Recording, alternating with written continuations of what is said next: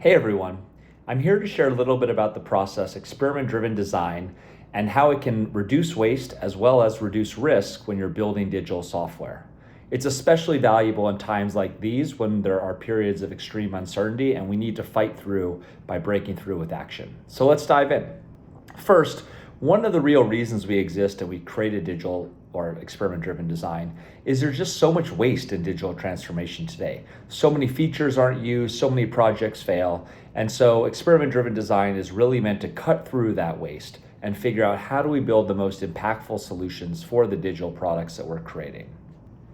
So let's take a look at experiment-driven design. I'll first walk through kind of the basic approaches, and then I'll give a quick introduction to the activities and outputs that drive it. If you want to go in more depth, I'm happy to share that with you in another follow-up video or just via call at my convenience or yours. So I love this quote. It comes from a great book by Peter Sims. The book is called Little Bets. But it really shares that, with many great innovations, many great actions, it came through lots of smaller bets and smaller experiments. You don't just go and just push one huge bet and hope for the best. You really try to break through with smaller pieces and really look towards how you can drive value through that.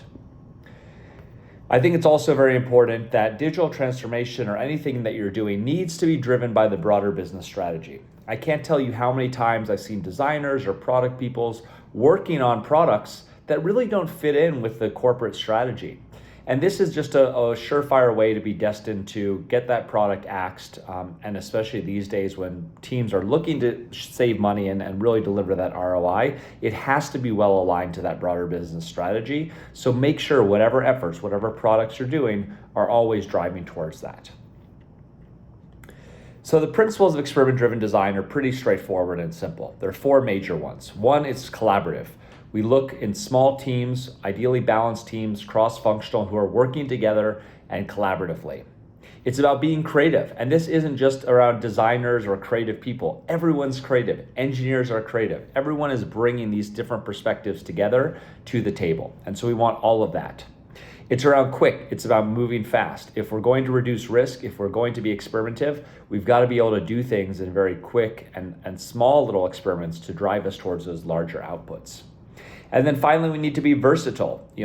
Today, ambiguity reigns supreme. Everything we do, especially in digital, have high degrees of ambiguity. And if we're not confident, if we're not comfortable working in that, we're going to have real problems. So experiment-driven design really prides itself on being versatile and using the right toolkit for the job. So here we go. Here's how we describe experiment-driven design. You'll notice that it has a lot of similarities to other things you may have seen, but really the key aspects here are there are three major activities: understand, ideate, and make, and three major outputs: opportunity, hypotheses, and test. And we'll go through each of these in a little more detail. But I also want to make sure it's clear that there's two of these concentric circles because there's some interesting things that we're talking about and happening here. One, experiment-driven design can happen in different layers. Like you can have an experiment that could take 3 months to run. You have to build a whole thing. You could have something that takes a week or a day to run. Likewise, the make phase could take, again, 3 months, 6 months to make something that's significant, or it could be changing a button color and doing an A/B test on that. And the make phase only takes a minute or two. So these are these reasons why that we have to think about experiments can take different time periods and different phases of this cycle can take different amounts of time. And you want to emphasize where you're spending that time based on where you are in the cycle. So let's take a look at each of these phases. Again, on follow-ups, I'm happy to go through case studies for these, but I'm just going to give a little high-level overview today. So understand the first phase. This is really about understanding where are the pain points, where are the opportunities, where are the items that we should be delivering products or delivering solutions towards. We can get that through all sorts of research methods, user interviews, contextual inquiries where we're driving along, riding along and seeing how things are going. We can look at the analytics of our application if it exists and make assessments from that. Or we can just get feedback from stakeholders, and that's perfectly fine too for opportunities. We then frame these as opportunity statements or problem statements. You'll notice in many traditional types of design, these are framed as problem statements, which is all right. But we often like to think of things as more hopeful and understand that not everything has to be a problem that we're trying to solve. It can also be an opportunity that we're trying to tackle. But it goes both ways. In general, we have this framework for how we might, how we might put this as an output, as something that we can prioritize and work against. And so this is how we look at this opportunity statement. We then ideate. We come up with all sorts of creative ideas in terms of how we can figure this out. We really emphasize playing. There's a lot of scientific research that playing brings out really creative ideas from folks. So this is a great place to explore.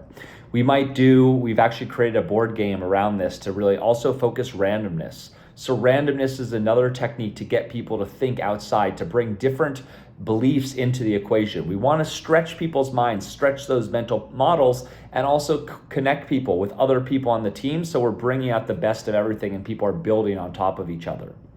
We can sketch. Again, you don't need to be an artist to sketch. I'm a horrible drawer, but what sketching allows us is to quickly get as many ideas out on paper as possible and do that in a way that is expressive in a visual format.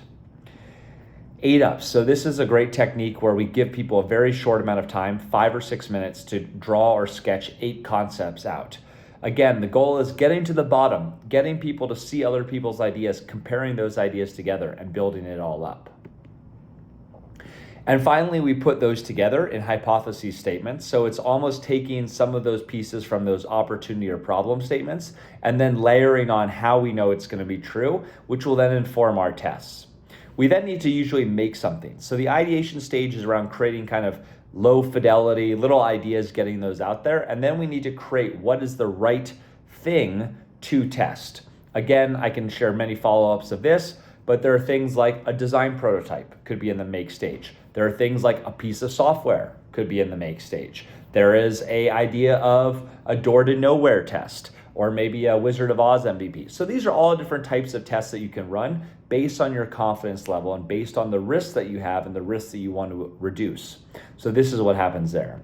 And then likewise, based on what you end up making, you'll test those things. So those tests could be as simple as running 5 one-on-one user interviews, non-leading questions, and really understanding from them what they see, what they feel when they're going through something like a design prototype. It could be something where you put it out there and you measure the quantitative side. You measure the data behind it and you make an assessment based on that. And all of these things will then, of course, go back into your understand phase. Some things will be validated. Some things will be invalidated. Some things will be inconclusive. And all those things will round out together. So to kind of pull it all together, we really believe in placing small bets, not big bets, small bets. Work in small teams, ideally very cross-functional. So bring designers, engineers, product people, marketers, business people together. Have a small balanced team. If you've heard of Amazon and Jeff Bezos' 2 pizza team, that's a great size team for this. So a team that can two pizzas can feed comfortably, maybe even smaller. Another key thing is, especially in these early days, early experiments, validate the most important unknowns first. So there's going to be table stakes stuff. You don't need to do research on everything. So just build that stuff. But there are going to be things where you believe they have a high impact, but you have a lot of uncertainty behind it. And those are things you want to run these experiments on, and you want to prioritize those experiments up front. And then with that, you want to emphasize learning over business results. Now, we still need to make sure we're emphasizing business results, especially in today's climate, but it's about balancing those two things together because the learning is going to drive you further into the future and further iterations in the future. But in the short run, you're going to have some work cut out for you. So that's it. That's a quick introduction to experiment-driven design in about 9 minutes. There's a lot more that we can share. There's case studies and whatnot, but I wanted to start off with something, and I hope you find this useful. Thank you.